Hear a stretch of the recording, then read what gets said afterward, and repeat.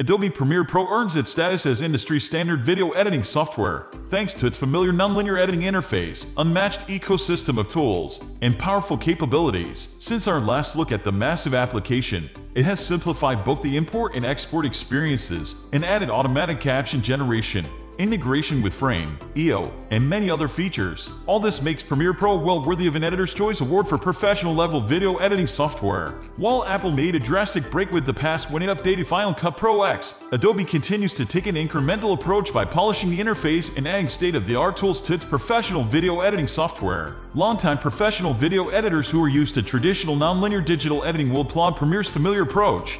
But Final Cut, in its favor, offers innovative tools like connected clips, auditions, and a trackless timeline that can ease organizing and editing.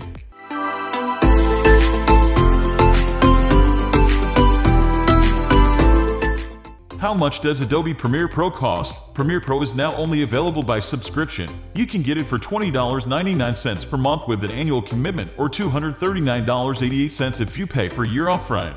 That works out to $19.99 per month. A month-to-month option with no commitment costs $31.49 per month. The free trial option is now a measly 7 days, but it does give you a chance to kick the program's tires. What's new in Premiere Pro? Adobe does a big update for Premiere Pro at least once a year, and this year has produced some big interface changes. Adobe has simplified both the import and export experience to be less text-filled and more visual and automatic. The detailed options are still available for those who want to dig into them. New also is a simplification of the main modes, customizable to just 3: import, edit, and export. Frame EO integration. Adobe purchased the online video editing collaboration service last fall, and the fruits of that acquisition can now be enjoyed inside Premiere Pro. Users get an account and 100 GB of online storage. Caption tools. A new captioning workflow makes it easier to add, split, and format captions, and an update later this year will bring automatic transcription, currently in beta. Copy and paste audio effects. You can now copy combined audio effects and paste them to another audio clip rather than doing so for each effect separately. Some legacy audio effects have been replaced, so you have to update projects with the new ones. Learning tools. A learning mode option now appears at the top of the screen, and the welcome page offers 8 interactive tutorials that can take you over the main tasks needed for creating a movie: importing, preparing clips, adding titles, working with color, editing audio, and so on. Auto reframe. With so much emphasis on social videos these days, it's often necessary to use aspect ratios other than the standard widescreen, including vertical formats favored by smartphone screens. Adobe's auto reframe can automatically change the crop selection for these formats, keeping the subject in view. Interface. Premiere Pro has an attractive, flexible interface, and I'm a fan of the new simplifying changes Adobe has brought to it with the April 2022 update. The Startup View helps you quickly get to projects you've been working on, start new projects, or search for Adobe stock footage. The Dark Program window makes your clips the center of attention. Trimming project clips. Premiere Pro continues to offer the 4 edit types that sound like they belong at a waterpark: roll, ripple, slip, and slide, and adds a regular trim mode. They are all clearly accessible at the left of the timeline. The cursor shape and color give visual cues about which kind of edit you're dealing with. One welcome capability is that you can make edits while playback is rolling.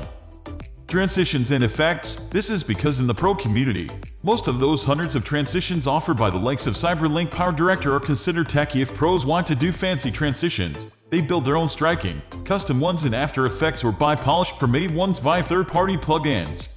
Collaboration. Premiere Pro lets you use Creative Cloud libraries to store and organize assets online, and the Team Projects feature lets editors and motion graphics artists using After Effects collaborate in real time. You simply designate team members when creating the project. Any Premiere user can sync settings to Creative Cloud for editing from different PC and locations. Frame EO integration. A key new component of collaboration in Premiere Pro is its new inclusion of Frame EO, which Adobe acquired in the fall of 2021. Premiere Pro subscribers now also get a Frame EO account with 100 GB of online storage. That's separate from the 100 GB Creative Cloud storage they also get. A help video and sample project tutorial are promoted on the program's welcome page to get new users started with the service. Auto reframe. A good chunk of today's video content is destined for social media, which means different aspect ratio formats. Auto reframe uses Adobe's Sensei AI technology to identify what's important in the frame and then crop to 16:9, square, vertical, or custom aspect ratios to match the output device or service. You can use the tool on individual clips or entire sequences. 360-degree VR video. Premiere Pro lets you view 360-degree VR footage and change the field of view and angle. You can view this content in anaglyphic form, which is a fancy way of saying you can see it in 3D using standard red and blue glasses. You can also have your video track a head-mounted display's view. Multi-camera angle editing. Multicam in Premiere Pro can accommodate an unlimited number of angles, limited only by your system capabilities. Final Cut Pro X lets you work with only 64 angles, though most projects won't need more. In Premiere, you select your clips and choose Create Multi-Camera Source Sequence from the right-click or clip menus, and then choose the syncing method.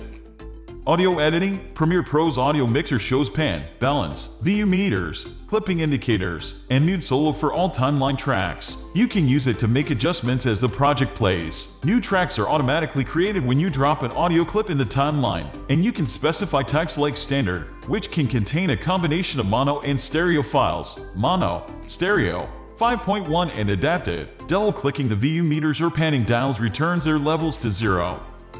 Titles and captions. As you might expect, Premiere Pro offers a wealth of text options for titles and captions. It can import XML or SRT files. For titles, you get a great selection of fonts, including Adobe Typekit fonts. You can choose leading and kerning, rolling, crawling, rotation, opacity, texture, and more. As in Photoshop, you can apply strokes and shadows to any font.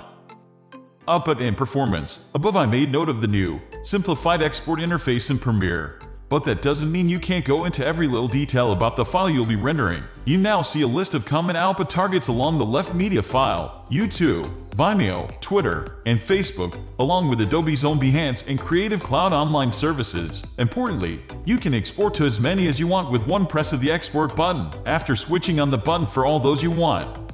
We are going to end this video right away. If you have any query or information to share, please leave a comment below. Thanks for watching.